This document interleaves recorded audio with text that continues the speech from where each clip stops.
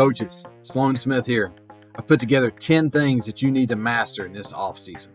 Let's get started.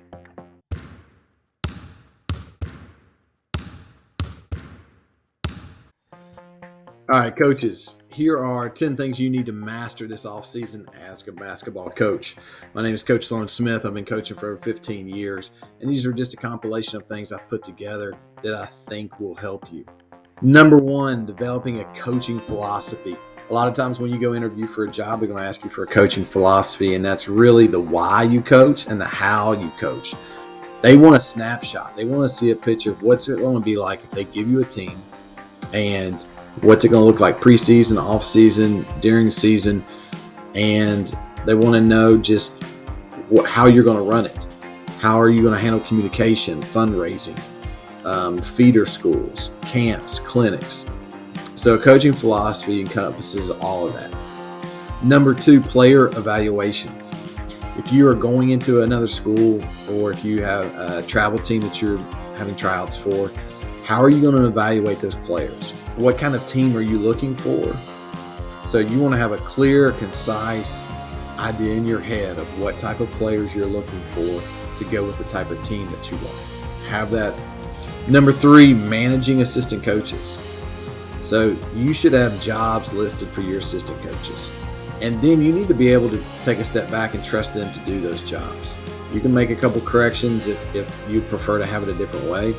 But again, you want to not be a control freak. You don't want to make it to where your assistant coaches don't do anything and you're doing everything. Assistant coaches are there to help, and there's no assistant coach that wants to sit there and stand around the entire time of practice. They want jobs to do. They want to do things. That's the whole reason they're in coaching.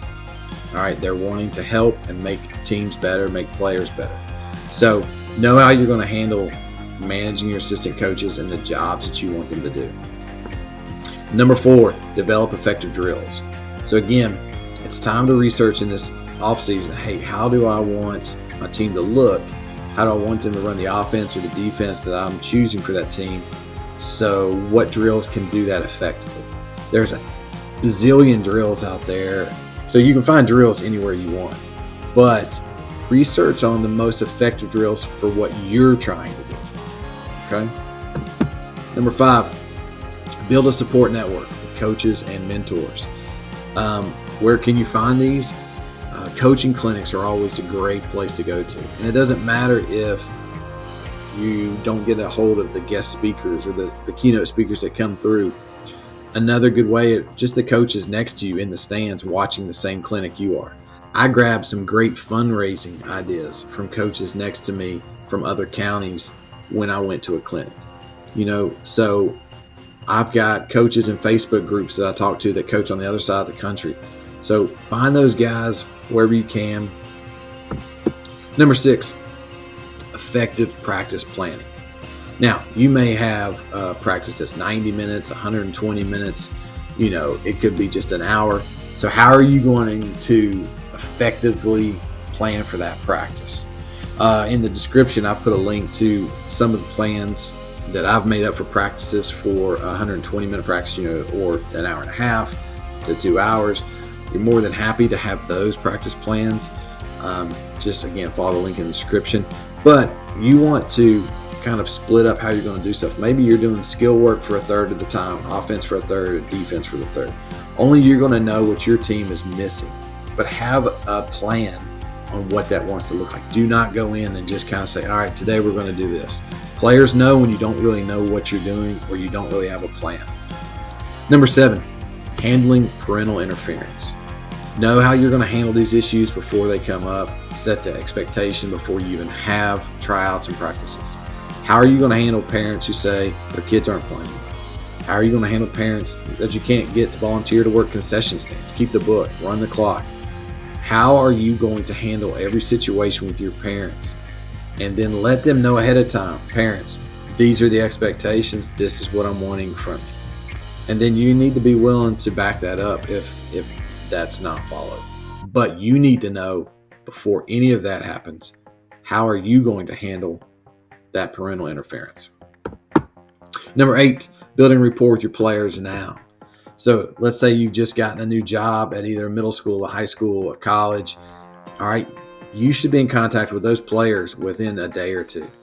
And you should really be able to set up 15 to 20-minute interviews with all of them just to get to know them. Let them know who you are. You find out who they are, and get that going every few weeks in the beginning. And then you can start to put in place, maybe you have captains that you talk to and they help tell you the heartbeat or the pulse of the team. But you should be getting to know those players as soon as possible. If they know you better and you know them better, in the long run, when you're sitting there barking at them during a game or during practice, they're going to know, hey, we already have this relationship. He wants the best for me. I want the best for the team. So you have that established already, but that's got to be quick. Number 9, balancing individual and team development. Once you pick your team and you're trying to figure out what you want to do, you need to know ahead of time you've got a couple different routes. So am I going to place most of my focus on skill development because maybe I have a younger group of kids and they really just need more skill work than anything? Or am I going to push a lot of team concepts because the team I just got, they have some good skill, but they don't really know how to mesh and work well together? So you need to understand what gets priority, what gets time, and why. Maybe you have a high school team and you know they still need some skill work. So maybe your first 20 minutes of every practice is just skill work. And later on through the season, you can taper that down and start working more of the team concepts. But have a good idea of what you're going to do at that point. And then finally, number 10, communication with parents. Now, this is a little bit different than parental interference because this is how you're communicating with parents. A great rule of thumb that I've seen in the last 15 years is always over-communicate. The last thing they want is playing a guessing game with when practices are, when games are. How's the fundraising going to work? How are my kids going to benefit from this? Always over-communicate. If they don't want to read it, they'll delete it and move on. But it won't be for a lack of you not communicating. And trust me, this will always mean more in the long run. So over-communicate. Just in conclusion, coaches, again, just make sure you're patient. You seek guidance from experienced coaches. Embrace the learning process. I've coached underneath coaches. I've been coaching for 30 plus years, and they're always still looking at how the game is changing, how it's developing. So they know that they need to change and develop. All right. Just don't be a coach that gets stuck in their ways and does not want to progress as the game progresses. All right. The game will always keep evolving. So make sure you do the same.